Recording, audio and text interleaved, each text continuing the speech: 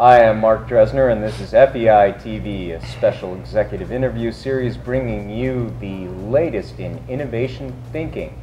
Joining us today is Dr. Charlie Camarda. He is the Senior Advisor for Innovation in the Office of the Chief Engineer of NASA. Dr. Camarda is also, by the way, an astronaut.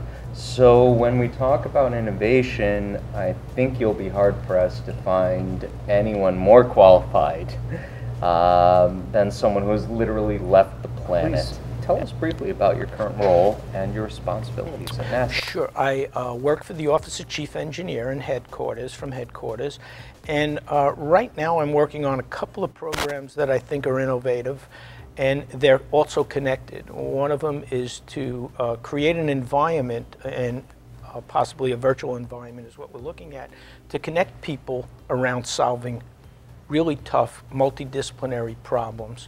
What I learned is that working for such a long time, you create this physical network of people that you know, that have experience, that you can pinpoint and pull and bring in to solve key problems.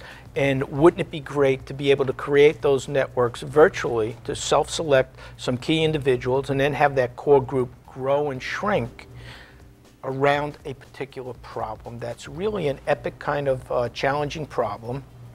And while teaching this and how to do this and how to solve these problems in an innovative way for young NASA engineers, I realized that this is something that we could teach young students in universities and also at the high school level. And so I was on detail. NASA allowed me to be on loan to NYU Polytech, where I experimented with some of these different techniques.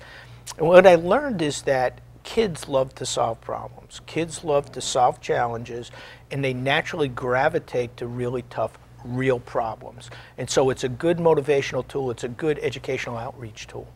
Over the course of your career, you've sort of come to the conclusion that small teams can accomplish innovation feats that large corporations perennially struggle with. Can you explain how and why you came to this conclusion, and what advice do you have for those companies? And so how do you preserve in a company a separate division or organization that could be disruptive to the company itself, as well as other companies and other enterprises? We had a great talk here by Terry Kelly of Gore. She basically went through all the possible ways to create a culture that's innovative. And one of the things we try to do, that I try to do, is have everybody involved in the process. Everyone. A very flat kind of structure. Bring everyone in early on and take advantage and listen to each different diverse point of view. So you want the diversity, you want the environment where it's a permissive, psychologically safe environment. We can contest, we could disagree, but we rely on analyses, tests, and to prove out our ideas. I think most organizations, particularly commercial enterprises, don't value failing forward, if you will. It's a punitive situation if you fail. Right. So in order to achieve a mentality where you're allowed, where that's permissible, you've got to do it quickly and cheaply, right? Absolutely. And so in my presentation, I talked about permission to fail. And the culture at the research centers where I grew up, like NASA Langley, it was James Schultz, the historian, wrote about NASA Langley. It was developed, it was instituted in 1917. People there were young, they didn't really understand aeronautics, but they were going to learn. They had permission to try and try again. I call it permission to fail, because that's what research is all about. If you're not exploring the boundaries, if you're not failing, you're really not doing your job. And so I never punish failure. There are some failures that are blameworthy, and those are totally different. If you look at April's edition of Harvard Business Review, Amy Edmondson talks about the spectrum of failures, and it can go from praiseworthy to blameworthy. when we're early and when we're in the labs and we're exploring different ideas, testing hypotheses, you want to fail. You don't want to fail, but you want to be able to learn from your failures as quickly as possible. Research culture totally understood that. Now you fast forward to where we are now in human spaceflight, much more risk averse. You've heard terms like failure is not an option. Gene Kranz never really said that, but the culture was such that when human life is on the line, you can't afford to fail. Right. But you should never, but you should allow people to be very comfortable and not suffer recrimination if they come forward and admit that they did make a failure. And you're engaged in a long-term endeavor, which, as I understand it, has potential to revolutionize education. And the hook, if you will, lies in presenting. It's almost counterintuitive to how we think in America about kids these days, if you will, to sound a little trite. The hook is presenting them with a challenge, right? I've tried this several times, and it was always the problems that we did go after to solve, and the way the teams galvanized around these problems was as if they were part of something greater than themselves. I mean, you've heard that term a lot in several different books and at this conference. And there's a great book, Organizing Genius, by Warren Bennis and Patricia Ward Biederman, and they talk about what made these specific groups so great. The Palo Alto Research Center invented the PC, the Disney Troupe, the Skunk Works, the Manhattan Project. It's not the greatest example, but it was, they did an amazing feat in a small amount of time. What makes these people so passionate, so dedicated to work hours and hours, long into the night, destroying families even many times? What is that hook that causes them to do that?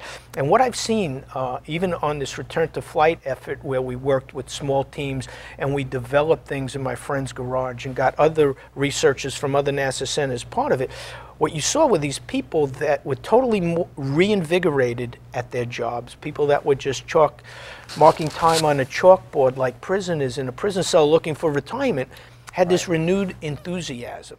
To me, it was the way you presented the problem. I mean, getting back to flying after the Columbia accident, that was an epic problem. It didn't need any help to make that something that everyone in the country could galvanize around and try to do something. But in Organizing Genius, what they say is the challenge is crucial. If it's not a mission from God, make it so. If there's not a perceived enemy, make it so.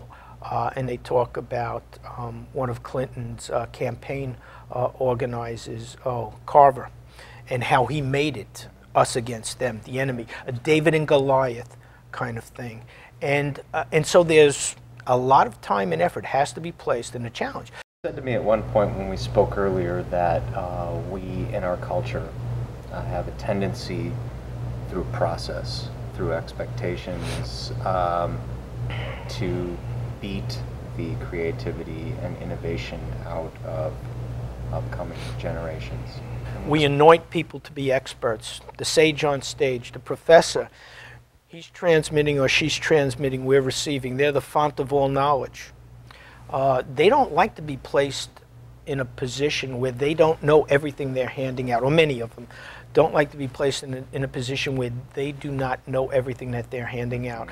And so they're telling you how to think, they're telling you what to think, they're telling you why you should think this way. They're not challenging you to question them. What I challenge with my students is to question me, to be critical thinkers, that don't think everything I'm saying is the truth, because I might just throw something in there that's totally off the wall, and that might be part of the test, and you have to figure out if it's right or wrong. And so they're geared towards, when you're being told this is impossible, you can't do that. I want the students to figure out why. What it does is, by looking at conventional problems in extreme settings, you're forcing people to test all their prior assumptions. You know, and I show them a picture of conventional machines on Earth that dig and drill, and it is huge monstrosities, and they're that way because when they're using so much force to dig into the ground, they want to be stable. Well, on the moon, it's 1/6 gravity. Also, it's really tough to fit that huge machine, the size of a building, into a spaceship. So now it has to be light and it has to be stable. So how do you do that? You know, and we go to biologically inspired design and we look at little critters that, how do they do what they do so well, and how they dig into the soil as they're digging into the soil, anchoring themselves down. And so it's testing conventional hypotheses and conventional design theories. It's forcing the civil engineers to toss out a lot of what they were probably taught. Can you tell us a little bit about specifically what you're doing to move the ball forward in terms of this educational experiment? Okay, sure. I've experimented, like I said, with young NASA engineers and at NYU Poly for the last 2 years with graduate students, undergraduates, and high school students. What we want to do is link it all together now. We learned a lot from those exercises that we did, those programs that we ran. What we want to do now is wrap multiple universities around a particular challenge. So we're reaching out in 5 different states. Right now we have Wright State, Texas A&M, Stevens Institute, we're looking at Penn State, MIT, maybe Georgia Tech.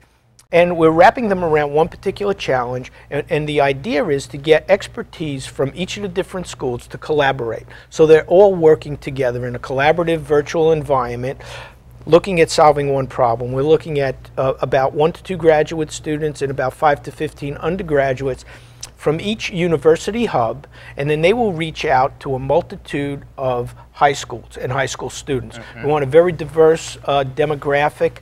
We want to get the kids interested in the problem, and then we want to show them how they could use the right side of their brain to actually think of ideas that even NASA didn't think of, and what would it take to realize those ideas.